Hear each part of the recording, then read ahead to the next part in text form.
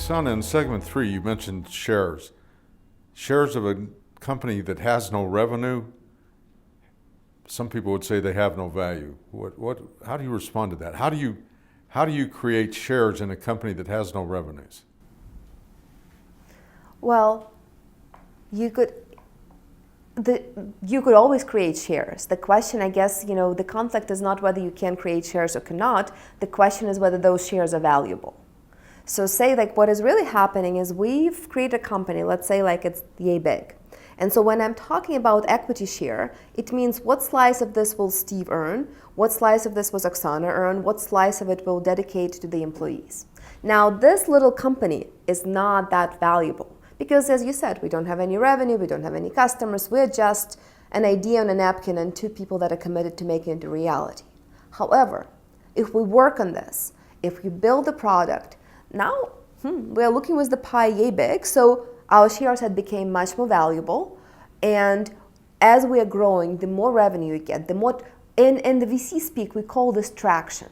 The more our idea is visible to the customer, the more customer votes with their actions to either buy it or become a subscriber or anything like that, the more valuable what we're creating is becoming, right? But you could divide something this big, it just will not be worth it. Now, if something this big, if you think about this, when Larry and Sergey had founded Google, they had no customers, they just had an idea how to make search better.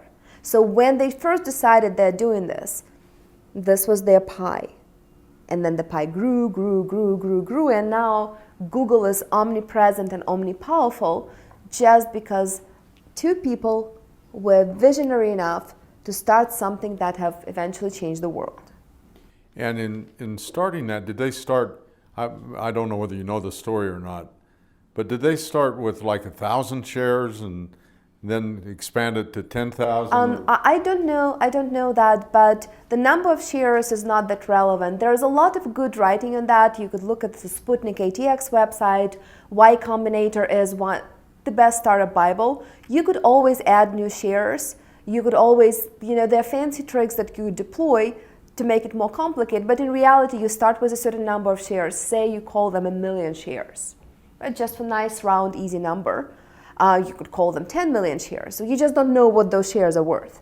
And then, as you grow that pie, the value, your pie becomes valuable. So these number of little slivers in which you've divided that pie become much more valuable. So as a result, people who have certain number of those shares hopefully will reap some benefit. But the number of shares is really irrelevant. You could have 10 shares probably will be too little, but you could have 1,000 shares or 1 million shares.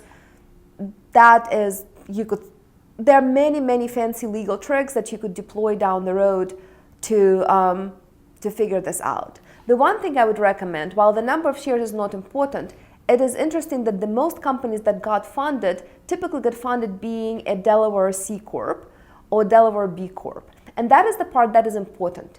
So while you shouldn't worry yourself about how many shares, because that could always be fixed down the road, if you think that you will eventually down the road will seek venture funding, make it a Delaware C Corp. Okay, let's come back to that. One short follow-up question. If let's say we form this company and we create 1 million shares.